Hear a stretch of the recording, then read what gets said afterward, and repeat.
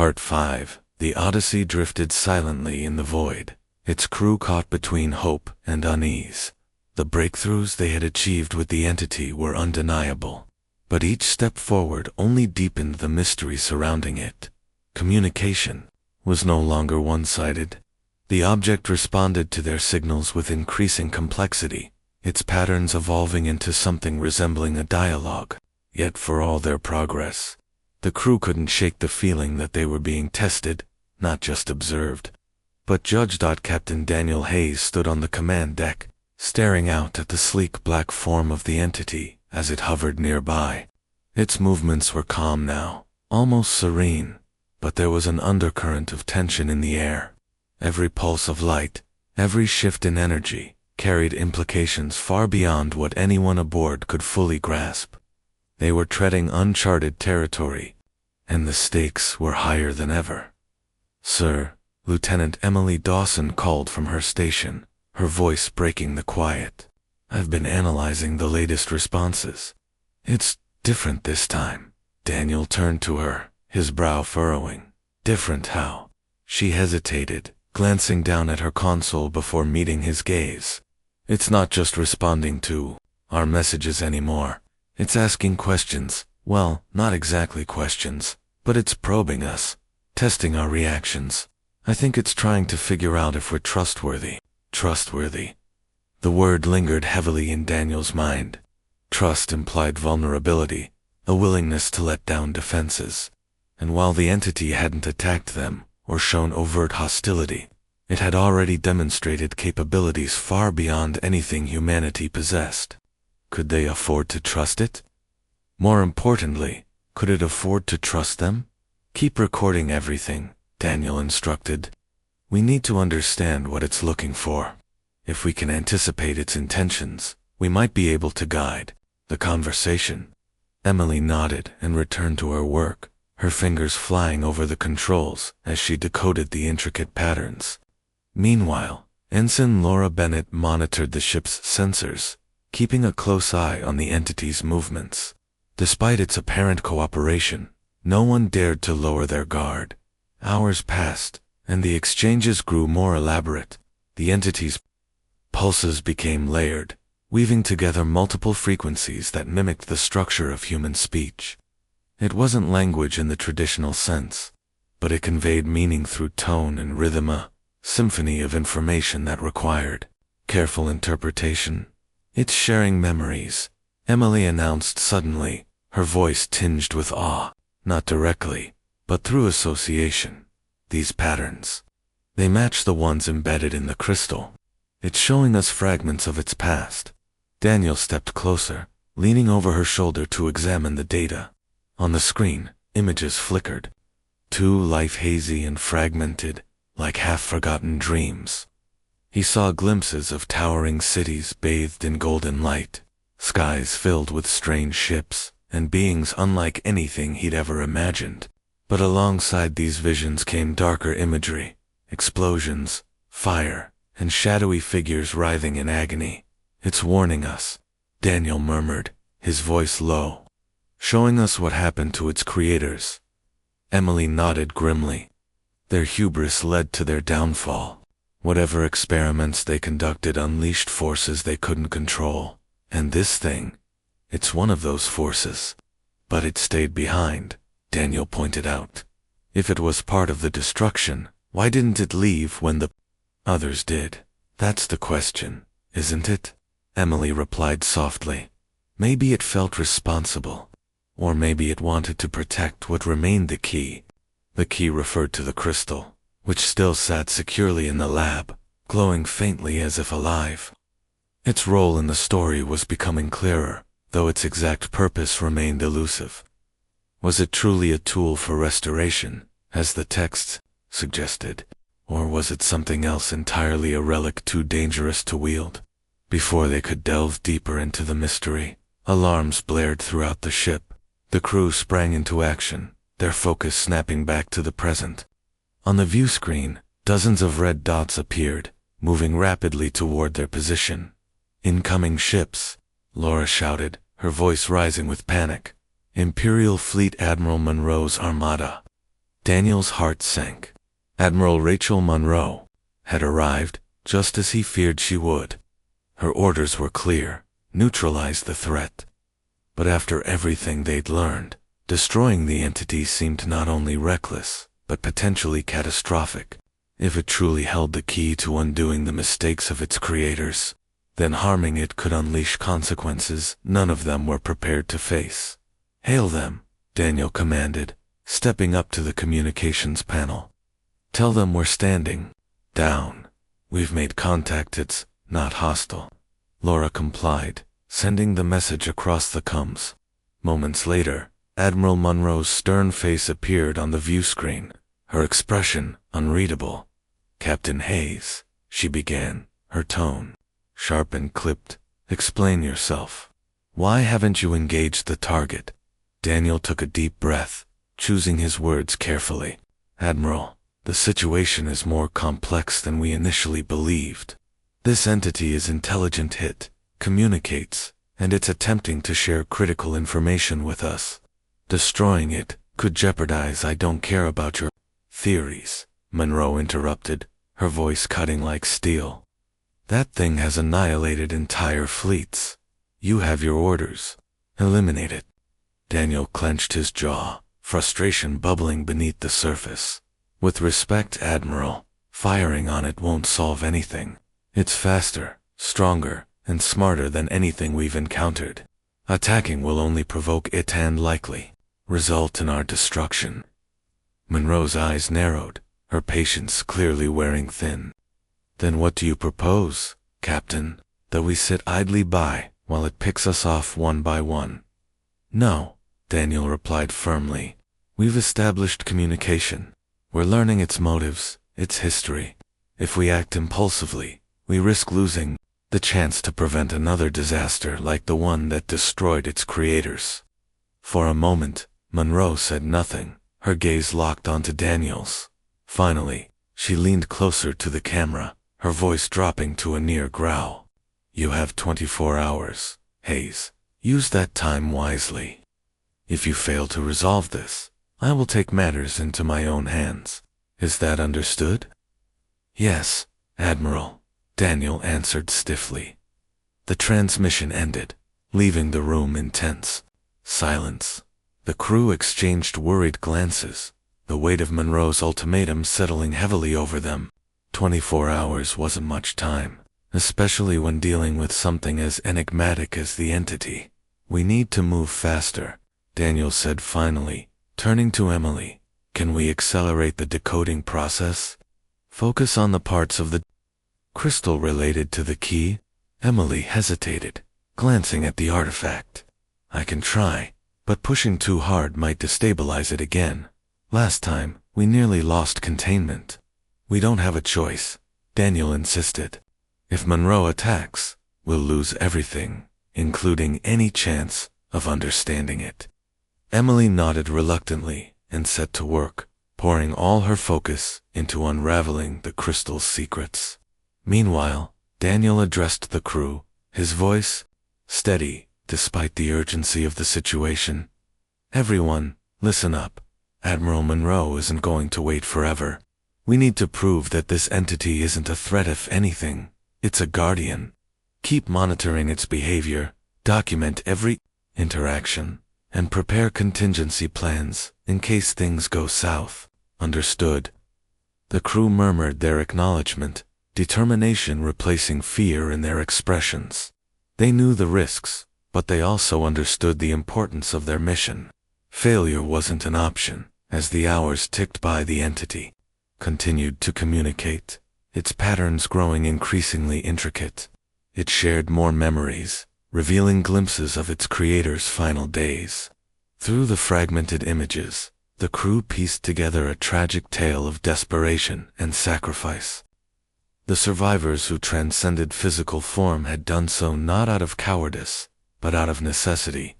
They sought to preserve their knowledge, hoping future generations or species might learn from their mistakes.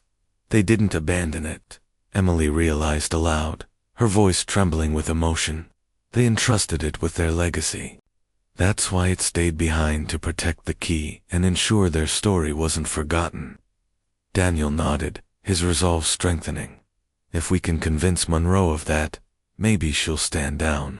But convincing the Admiral wouldn't be easy. As the deadline approached, tensions aboard the Odyssey reached a breaking point. The entity seemed aware of the impending danger, its movements growing restless. It darted around the ship, occasionally, flaring brightly, as if agitated. "They're getting ready to attack," Ryan Carter warned, his voice tight with anxiety. "Monroe's fleet is forming battle lines." Daniel gritted his teeth, his mind racing. There had to be a way to de-escalate the situation, to show Monroe that violence wasn't the answer. Then, inspiration struck. "Emily," he said urgently, "can we transmit the decoded messages to the fleet? Let them see what we've learned." Emily blinked, startled by the suggestion. "It's risky. The data is incomplete, and some of it might not translate properly. But, yes, we can try." "Do it," Daniel ordered. "Send everything we've gathered. Show them the truth." Working quickly, Emily compiled the recordings and translations, packaging them into a single transmission. With Daniel's approval, they broadcast the signal to Monroe's flagship, hoping it would reach the right ears. "You've transmitted interesting data?" she asked. Part 4, The Odyssey, hummed softly as its crew worked tirelessly to unravel the mysteries of the crystal they had retrieved from the derelict ship. The artifact sat securely in the lab, glowing faintly with an ethereal light that pulsed in steady rhythms. It was both beautiful and unsettling, a relic of a civilization long lost to time. Lieutenant Emily Dawson stood over it, her eyes wide with fascination as she ran scans and tests, trying to decode its secrets. Captain Daniel Hayes watched from the doorway, his arms crossed tightly over his chest. He couldn't shake the feeling that they were playing with fire literally and figuratively. The crystal radiated energy, unlike anything humanity had ever encountered, and while it seemed dormant now, there was no telling what it might do if provoked. Still, he trusted Emily's judgment. If anyone could make sense of this thing, it was her. "What have you got so far?" Daniel asked, stepping closer. Emily glanced up briefly before returning her focus to the console. "It's complicated," she admitted, her voice tinged with both frustration and excitement. "The patterns match the ones we detected from the object outside, but they're layered like a language built on top of another language. I think it's some kind of archive, maybe even a record of their history." Daniel frowned. "History? You mean like a message from whoever made it?" She nodded. "Possibly. But it's not just text or images. There are emotions tied into it. Two feelings of loss, fear, hope. It's almost like they wanted whoever found this to understand them, not just intellectually, but emotionally." The thought sent a chill through Daniel. The idea that an ancient alien race had left behind a piece of themselves for future generations or species to find was staggering. But why? And why here, in the middle of nowhere? Before he could ask more questions, the lights flickered again. This time, it wasn't subtle. The entire ship shuddered violently, throwing several crew members off balance. Alarms blared throughout the vessel as red warning lights flashed across every screen. "What's happening?" Daniel demanded, gripping the edge of a nearby console to steady himself. "It's the crystal," Ryan Carter shouted from his station. His face was pale, sweat beading on his forehead. "Energy levels are spiking. It's destabilizing." Emily scrambled to stabilize the artifact, her fingers flying over the controls. "I'm trying to contain it, but it's resisting. It's like it's alive. It knows we're tampering with it." "Shut it down," Daniel barked. "Cut power to the lab if you have to." "I can't," Emily replied, panic creeping into her voice. "If I cut the power, it might overload completely.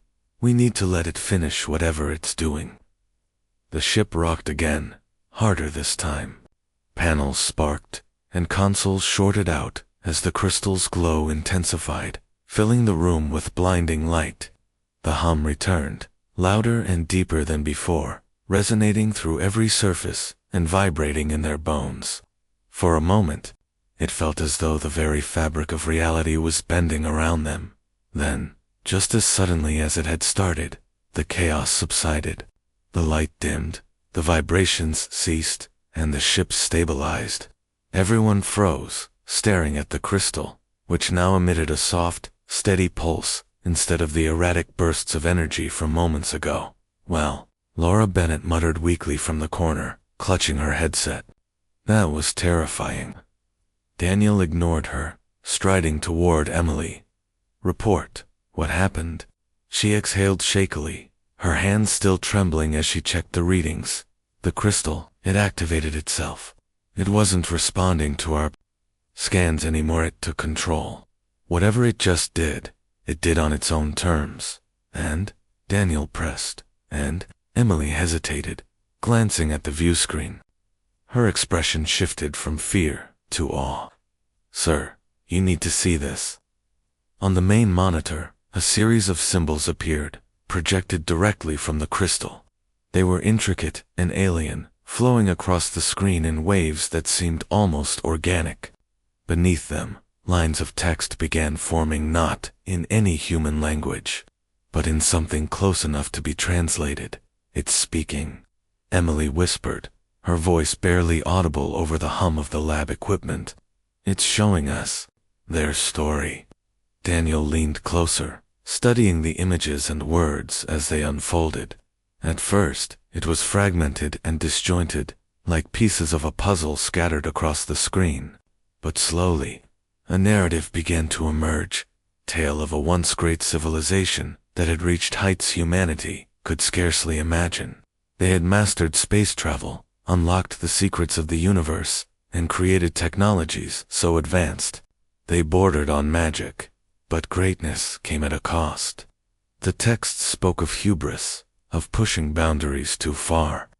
They described experiments gone wrong, rifts torn in the fabric of reality, and entities unleashed that should never have existed. These beings, things, born of chaos and destruction, had turned on their creators, consuming everything in their path until nothing remained.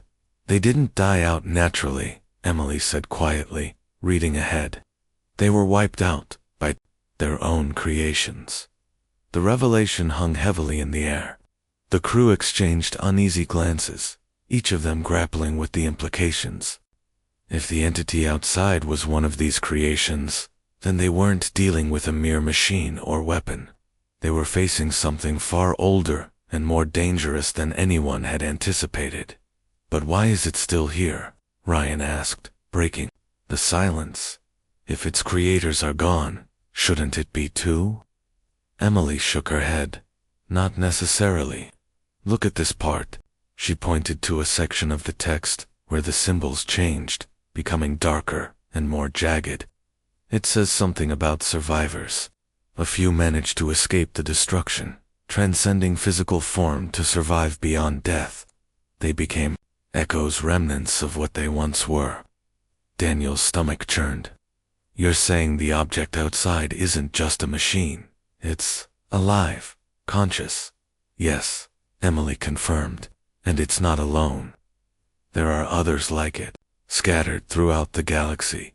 But this one, it stayed behind. To protect something. To protect what? Daniel asked sharply. Emily hesitated, scrolling through the translation. The crystal. It calls it a key. A way to restore balance, to undo the damage caused by their mistakes. The weight of her words settled over the room like a leaden blanket. If the crystal truly held such power, then it wasn't just a relic of the past. It was a potential weapon or a tool that could reshape the future. But wielding it would require understanding its purpose. And that meant trusting the entity guarding it. We need to tell it we're not a threat. Daniel decided firmly. If it thinks we're trying to use the crystal for ourselves, it'll see us as enemies. We have to prove we're here to help. How do we do that? Laura asked nervously. We don't even know how it communicates. We've been sending messages since the beginning, Emily reminded them. Simple pulses, patterns. Maybe we can build on that, show it, we're willing to listen. Daniel nodded. Set up a transmission. Use the same structure as before, but add variations. Let's try to mimic its responses. For the next several hours, the crew worked together to craft a new signal, layering it with elements of the patterns they'd observed from the entity. When it was ready, they transmitted it into the void, holding their breath as they waited for a response. At first, there was nothing, just the endless expanse of space stretching out before them, cold and silent. Then, slowly, the object reappeared. It moved cautiously at first, circling the Odyssey at a distance, before drawing closer. Its movements were deliberate, almost hesitant, as if weighing its options. "It's responding," Emily said, her voice filled with relief. "The energy signatures are syncing with ours. It's accepting our message." Daniel allowed himself a small smile. Progress, however. Fragile was progress. Keep monitoring it. See if we can establish a baseline for communication. As the hours passed, the object continued to interact with them, its patterns growing more complex and nuanced. It was testing them, probing their intentions. Each exchange brought them closer to understanding and being understood. But amidst the breakthroughs, a question lingered in Daniel's mind. How far were they willing to go to earn its trust? And more importantly, what price would they pay if they succeeded? For now, though, the Odyssey floated peacefully in the vast emptiness of space, its crew united in their mission. The road ahead was uncertain, fraught with danger and discovery. Yet, one thing was clear: they had taken the first step toward bridging the gap between two worlds, one human, the other alien. And perhaps, just perhaps, that connection would be enough to change the course of history. Part 3. The Odyssey hung motionless in the vast emptiness of space, its crew frozen in a mix of awe and dread. The object, silent and enigmatic, remained suspended before them, its sleek black form shimmering faintly as if alive. For several long moments, nothing happened. The ship's sensors buzzed softly, detecting faint pulses of energy emanating from the entity, but no further communication came. It simply waited, patient and unreadable. Captain Daniel Hayes stood at the center of the command deck, his hands gripping the railing tightly. His mind raced, trying to process what had just occurred. The hum, the sensation of being scanned, it wasn't hostile, but it wasn't friendly either. It felt indifferent, as though the object had acknowledged their presence without caring whether they lived or died. "Sir," Lieutenant Emily Dawson called out, breaking the tense silence. Her voice was steady, though her fingers trembled slightly as she worked the console. "It's still emitting those patterns we detected earlier, but now they're stronger, more defined." Daniel turned to her, his expression grim. "Can you decode anything else? Any sign of what it wants?" Emily hesitated, glancing down at her screen. "Not yet, but it's responding to us. That much is clear. Whatever this thing is, it understands we're here, and it's watching us." The weight of her words settled over the room like a shadow. Watching. The idea sent a shiver through the crew. They were used to facing enemies they could fight, threats they could analyze and counter. This was different. This was something beyond their comprehension, something that didn't play by their rules. Ensign Laura Bennett, seated at the communications station, spoke up nervously. "Should we send another message? Try to keep the conversation going?" Daniel considered it for a moment. Every instinct screamed caution. Pushing too hard might provoke the entity, but staying silent risked losing whatever fragile connection they'd established. He nodded slowly. "Yes, send another pulse. Keep it simple. Let's see how it reacts." Laura complied, her hands moving quickly over the controls. A second signal, a brief burst of light and sound shot out into the void. The crew held their breath, waiting for a response. This time, the reaction was immediate. The object flared brightly, its surface rippling like liquid metal under sunlight.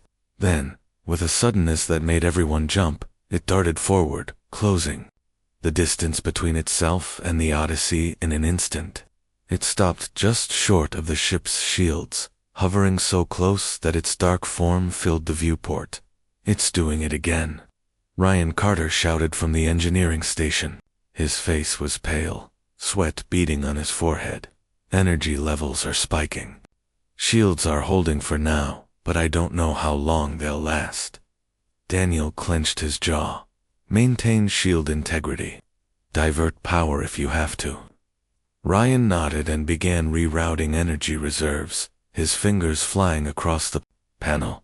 Meanwhile, Emily stared intently at her console, her eyes wide with fascination. "Sir, look at this," she exclaimed, pointing to the screen. "The patterns, it's changing them. It's adapting." Daniel stepped closer, leaning over her shoulder to examine the data. Sure enough, the waveforms displayed on the monitor were shifting, morphing into new sequences that mirrored the structure of the messages they'd sent. It wasn't random noise anymore. It was deliberate, a response tailored specifically to their attempts at communication. "It's learning," Daniel murmured, his voice low with wonder. "Fast." The realization hit him like a thunderclap.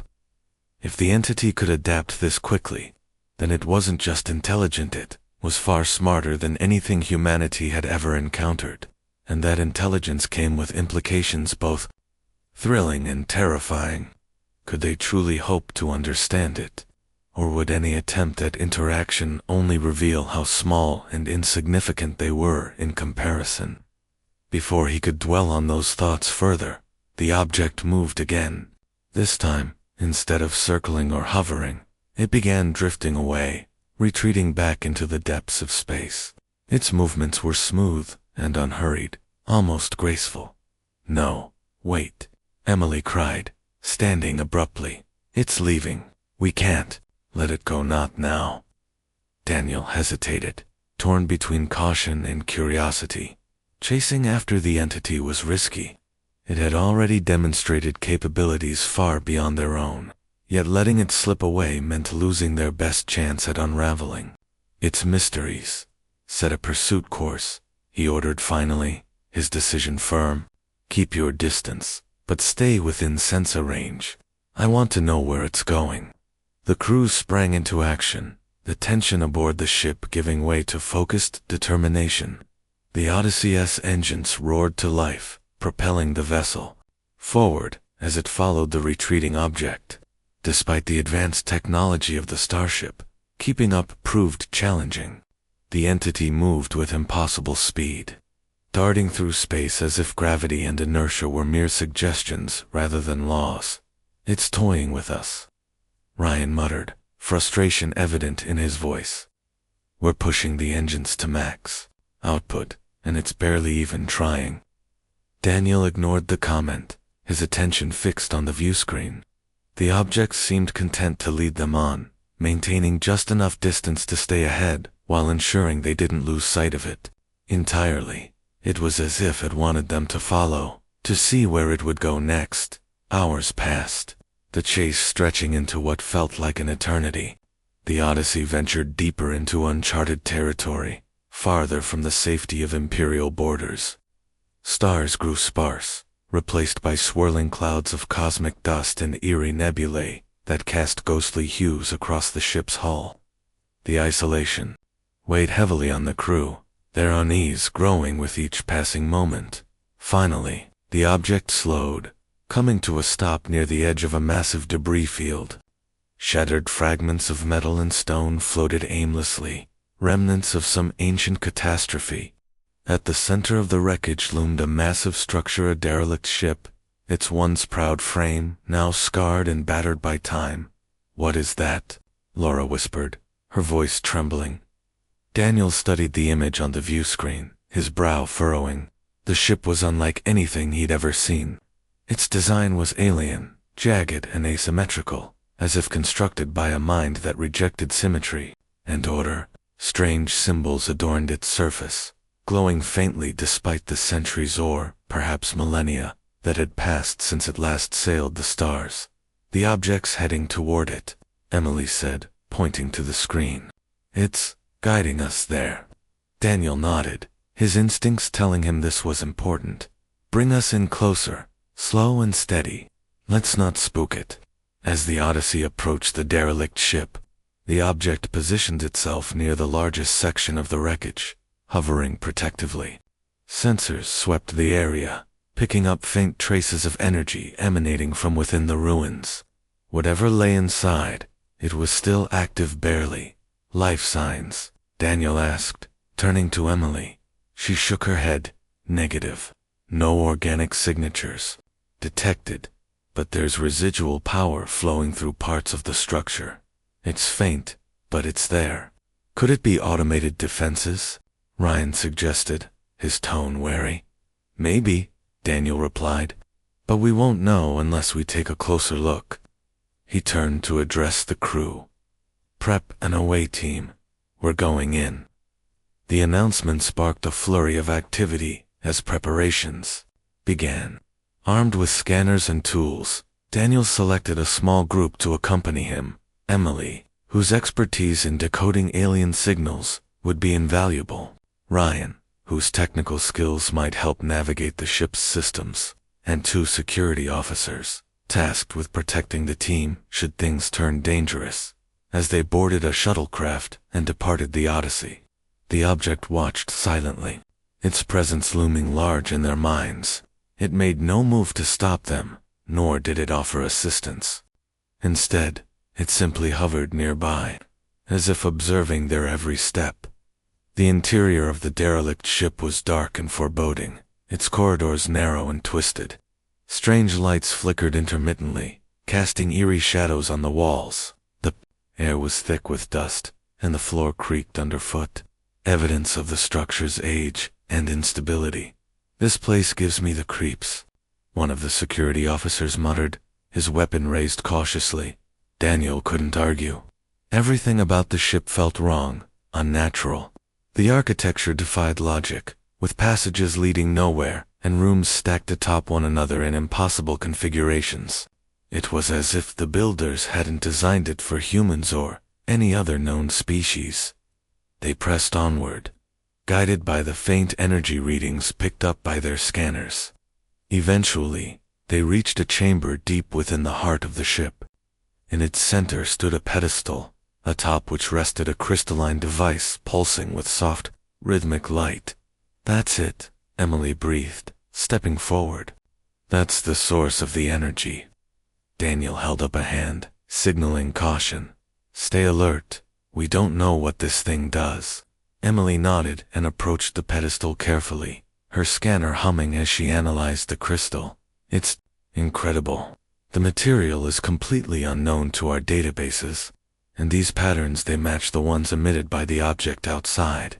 Before anyone could respond, the crystal flared brightly, bathing the room in blinding light. A low hum filled the air, vibrating through their bodies and resonating in their chests. Images flashed before their eyes, scenes of a civilization long gone, cities rising and falling, skies burning with fire.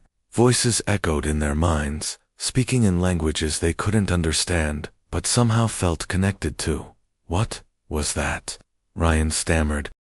Part 2. The Odyssey drifted quietly through the void, its crew still shaken from their encounter with the mysterious object. The adrenaline that had coursed through their veins during the incident had faded, leaving behind a heavy silence. No one spoke much, but the tension in the air was palpable. Each crew member went about their tasks, their movements mechanical, as if trying to distract themselves from the questions gnawing at their minds. Captain Daniel Hayes stood on the observation deck, staring out at the endless expanse of stars. His arms were crossed tightly over his chest, and his jaw was clenched. The memory of the object lingered in his thoughts, refusing to fade. It wasn't just the way it moved or disappeared, was the feeling it left behind, a sense of being watched by something far older and more powerful than humanity could comprehend. "Sir," a hesitant voice called from behind him. Daniel turned to see Lieutenant Emily Dawson standing in the doorway, holding a datapad in her hands. Her expression was a mix of curiosity and concern, her eyes darting toward the viewport before meeting his gaze. "I've been going over the data we collected," she said, stepping closer. "There's something you need to see." Daniel nodded, gesturing for her to continue. He followed her back to the command center, where she set the datapad down on a console and began pulling up the information. The screen flickered to life, displaying a series of graphs and waveforms that meant little to anyone who wasn't trained in sensor analysis. "What am I looking at?" Daniel asked, leaning forward to get a better view. "These are the readings we got when the object was circling us," Emily explained, pointing to a section of the graph. "At first glance, they look like random fluctuations, background noise. But when I filtered out the interference, I found patterns that suggest communication." Daniel frowned, his brow furrowing. "Communication? You think it was trying to talk to us?" Emily hesitated, choosing her words carefully. "Not exactly. It's not language as we know it, at least. Not anything human. But these patterns repeat in sequences, almost like code. It might not be intentional, but it's definitely structured." The implications of her discovery weighed heavily on both of them. If the object was communicating, and intentionally, it meant it wasn't just some mindless force of destruction. It had intelligence, purpose, and that raised more questions than answers. Before Daniel could respond, the ship's comms crackled to life. "Ensign," Laura Bennett's voice came through, tinged with urgency. "Captain, we're receiving a transmission from Imperial Command. Priority channel." Daniel straightened, exchanging a quick glance with Emily before heading to the communications station. On the main view screen, Admiral Rachel Monroe appeared, her stern face filling the display. She wasted no time with pleasantries. "Captain Hayes," she began, her tone clipped and formal, "I trust you have an explanation for why your ship is operating outside its designated patrol zone." Daniel resisted the urge to sigh. Dealing with Monroe was never easy. She was known for her rigid adherence to protocol and zero tolerance for insubordination. Still, he kept his voice calm and professional. "We detected unusual activity in this sector, Admiral," he replied, "an unidentified object matching the description of recent incidents. We're currently analyzing the data." Monroe's expression darkened. "Unidentified object? You mean the same Phantom Fleet killer that's been terrorizing our borders? Don't waste my time with speculation, Captain. Do you have concrete evidence?" Daniel glanced at Emily, who gave him a subtle nod. Turning back to the screen, he answered, "We recorded sensor data during our encounter. Preliminary analysis suggests the object exhibits behavior inconsistent with known technology. It may also be attempting some form of communication." For a moment, Monroe said nothing, her sharp eyes narrowing as she processed his words. Finally, she leaned closer to the camera, her voice dropping to a near growl. "You're treading dangerous ground. Hayes, this isn't a science mission. That thing has destroyed entire fleets. If you find it again, your orders are clear. Neutralize the threat. Is that understood?" The weight of her command settled heavily on Daniel's shoulders. Neutralization implied force, weapons, destruction.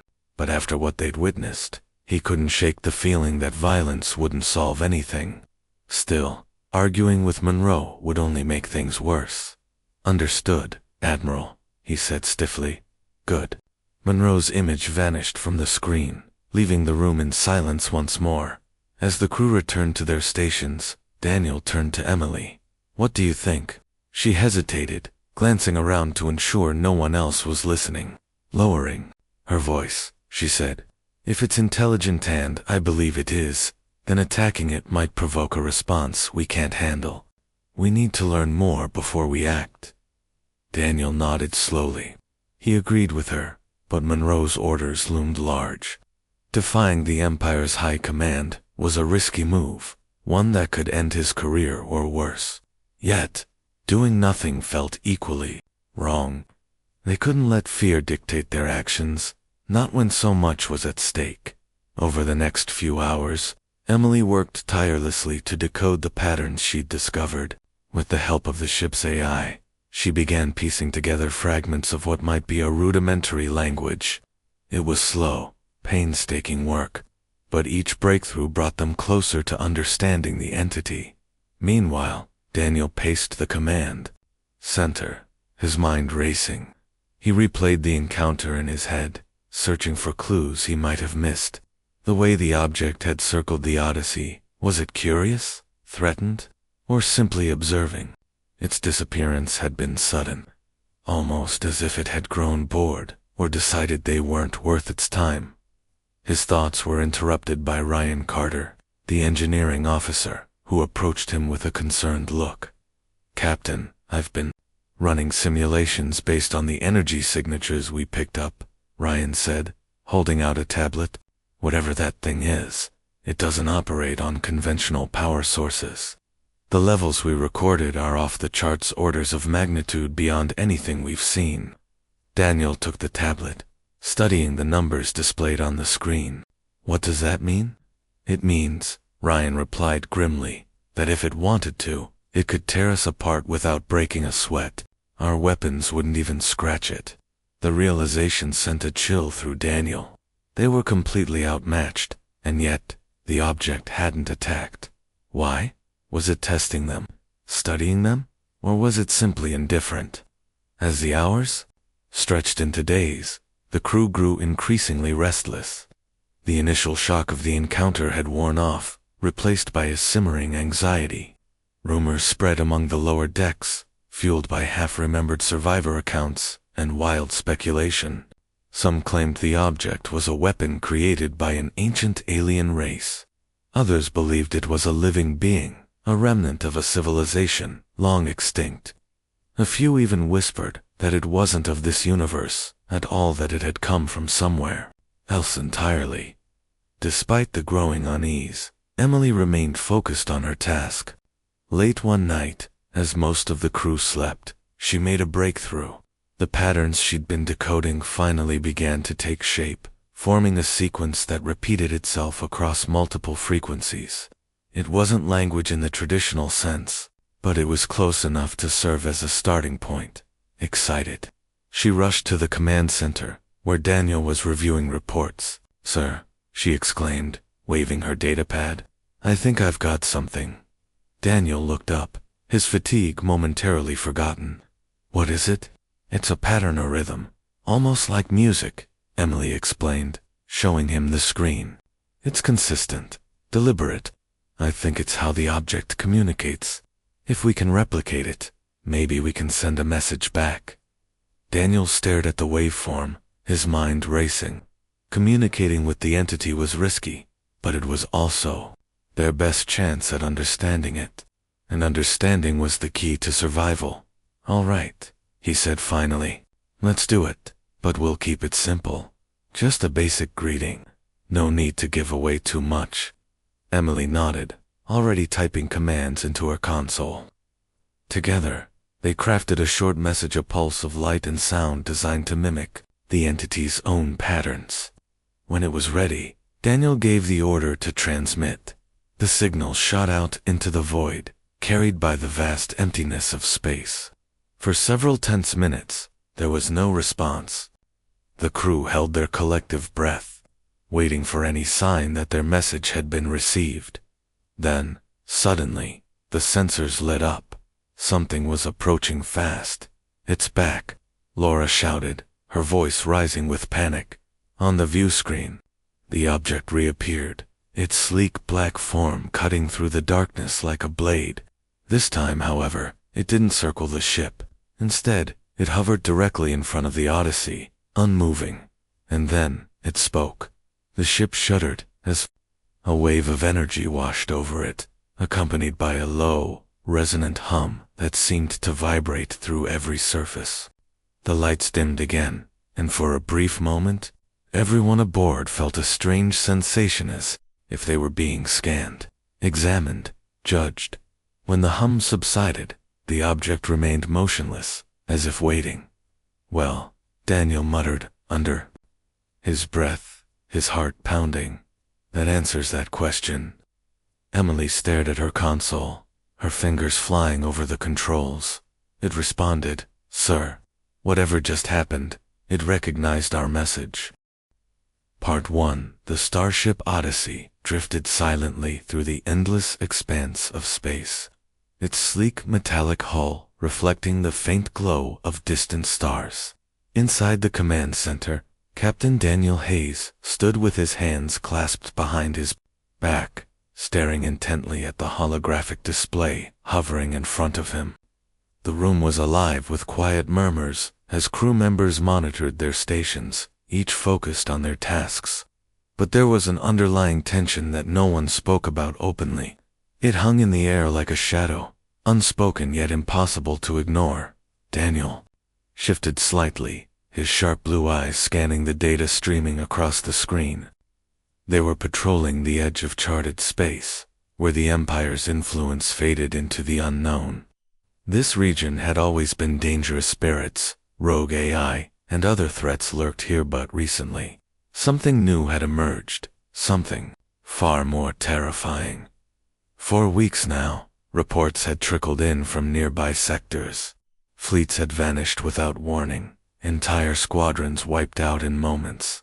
Survivors spoke of a strange presence, a thing that moved faster than anything they'd ever seen. It didn't attack like a ship or fire weapons, like a fighter. Instead, it simply appeared, silent and deadly, leaving destruction in its wake, before disappearing again just as quickly. Some called it a ghost.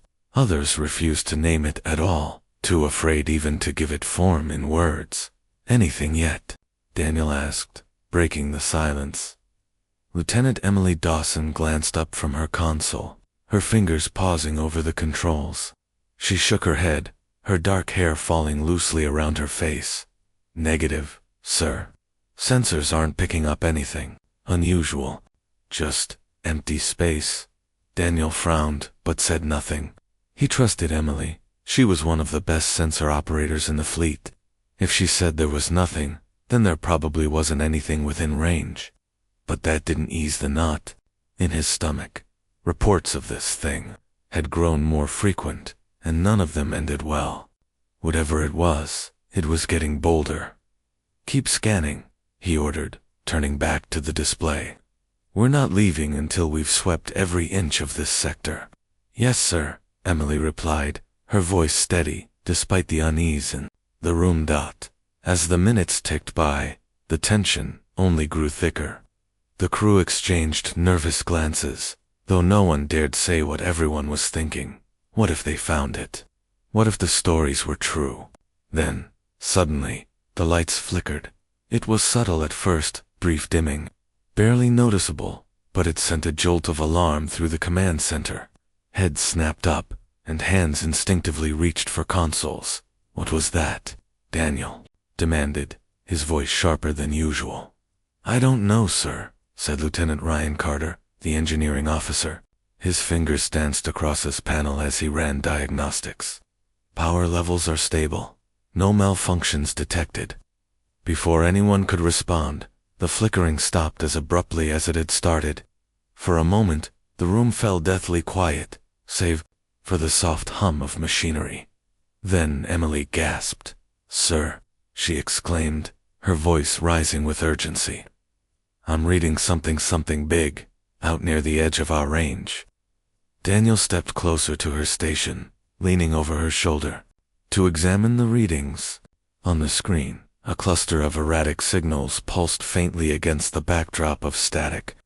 They weren't consistent, jumping erratically between frequencies, but they were definitely there. "Can you get a lock on it?" he asked. Emily hesitated, her brow furrowing in concentration.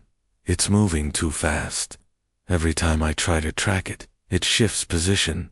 It's like it doesn't follow normal physics." A chill ran down Daniel's spine. That description matched the survivor accounts perfectly. Could this be it? Was this the thing that had haunted the edges of the Empire's territory for months? "Magnify the area," he instructed. "Let's see if we can get a visual." Emily adjusted the settings, zooming in on the source of the signals. At first, The view showed nothing but the cold emptiness of space. Then, almost imperceptibly, a shape began to emerge. It was small at first, little more than a speck against the void, but as it grew larger, details became clearer, or rather, the lack of details did. The object, if it could even be called, that was unlike anything Daniel had ever seen. Sleek and black, it seemed to absorb the light around it, blending seamlessly into the darkness. There were no visible thrusters, no seams or panels, no indication of how it moved, yet move it did, drifting effortlessly through space, with an eerie grace. "It looks wrong," muttered Ensign Laura Bennett, who manned the communication station. Her voice trembled slightly, betraying her fear. Daniel couldn't argue with her assessment. There was something unnatural about the way the object behaved, something that defied logic. Ships required propulsion systems to travel. This thing seemed to glide through space, as if gravity itself bent to accommodate it. "Hail it," Daniel commanded, though he doubted it would respond. "Send a standard greeting. Let's see if it's willing to talk." Laura nodded and began typing out the message. Moments later, the transmission went out, echoing silently into the void. The crew held their breath, waiting for a response, but none came. Instead, the object reacted in a way none of them expected. Without warning, it surged forward, closing the distance between itself and the Odyssey with terrifying speed. One moment it was a distant shadow. The next, it loomed large in the viewport, blotting out the stars behind it. "Shields up," Daniel barked, his voice cutting through the growing panic. "Battle stations." The crew scrambled to comply, hands flying over consoles as alarms blared throughout the ship. But even as they prepared for combat, doubt gnawed at them. How do you fight something that doesn't play by the rules? Something that moves like a ghost? The object slowed as it approached, coming to a stop just outside the Odyssey's defensive perimeter. For a long moment, it simply hovered there, motionless.